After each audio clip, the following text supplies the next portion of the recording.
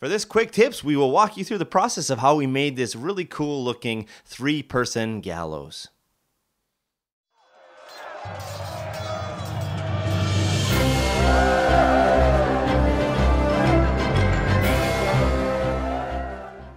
Alright, this project starts out like most of my projects do, and that is with a problem. Initially, I had bought this terrain crate set of gallows and stocks, and I thought this will be really great because I had a D&D campaign coming up soon where I needed to have somebody getting hanged. So I bought this simple set, and I opened it up, and I was really excited to get started with the project of painting and working on it. And when I opened it up and took the pieces out, I could see that they were a bit warped. They didn't sit flat. These pieces as well were warped and twisted, and I got a little bummed by that. Now these terrain crate pieces are made out of PVC plastic, which means that it's really pretty easy to fix this. I'm going to probably make a video about that in the future, but you can see here with the bends, all you have to really do is get some hot water, heat these pieces up, and then you can reform them, make this one flat, take care of the bend here. So that's not really the problem. It's not that hard to fix these pieces. But what it did when I stopped and looked at these is I stopped and thought for a second, wait a minute, I only have one person that can be hanged here. I need a lot more for my D&D players. And that is when I hit upon the idea of making instead a 3-person gallows. Now this is a really simple build and really easy to do, and you can do it with stuff that you just find lying around at home. As you see when I flip it over, it's just one single board that I cut this part out of here on the side, this little rectangle here that I use for the stairs, and the stairs are simply built up from a single piece of wood that I just added different popsicle sticks to make the layers go up. Now, all the boards on top come from stirring sticks that you get with coffee at like McDonald's or 7-Eleven. They're a little bit thinner than popsicle sticks, and I like the little thinner aesthetic. So all I did was I just went and covered the entire thing with a hot glue gun with these different sticks, these stirring sticks. Did the same thing on the sides.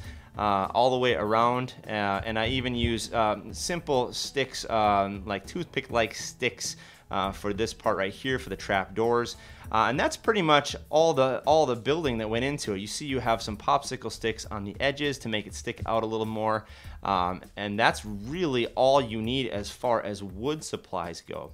Now, when I was done adding all the popsicle sticks on here, and I added these pieces right here, I went ahead and just added this nice black cover onto it, base covering, added my browns, and like I usually do when I'm making weathered wood, I started with doing some dry brushes of some grays. You can see that in different places here, and then I went across with a yellow ochre and added that, and you can see the yellow ochre in different places here.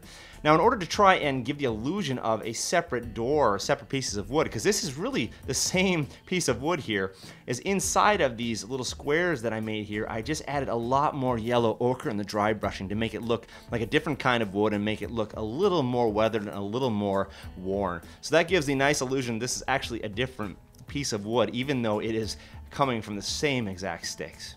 And here you see a little close-up of the stairs. Here is the bottom wooden piece. I didn't add anything there, and then I just built up popsicle sticks here and added these stirring sticks on the side with little sticks here on the front, and that gives it a nice rough look, a very sort of old and weathered gallows. The gallows themselves are really simply built. They're out of these just single, almost chopsticks, sticks that I just built up, and I made the angle here on the top, added a little bit of rope, and just put some thread around it to make it look like a nice solid loop, and I added some watered down glue on that just to make it nice and hard so it doesn't move around, doesn't shift too much.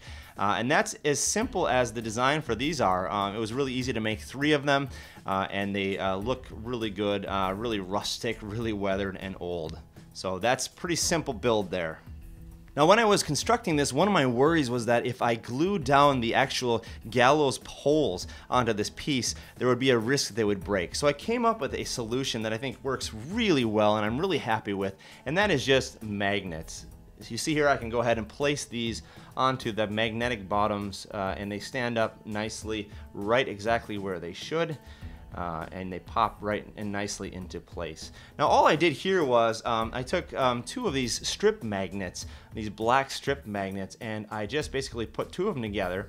I added one to the bottom like you see here, and then I added the other one here, and just make sure that they match with their polarities so they actually fit there. But then the pieces stand up really nicely, and this is great for transportation. I can just take them off if I want to, and I don't have to worry about them breaking. If something would hit them, no big deal. They fall off, well, just pick them up and stick them right back into place, and you are ready to go. So the magnets are a really nice way to get around the problem of your terrain piece breaking. Well, there you go, a quick look at how to make some really cool looking gallows for your D&D or your wargaming games. Well, thank you for joining us here today at Grey Army Gaming for the future of fantasy.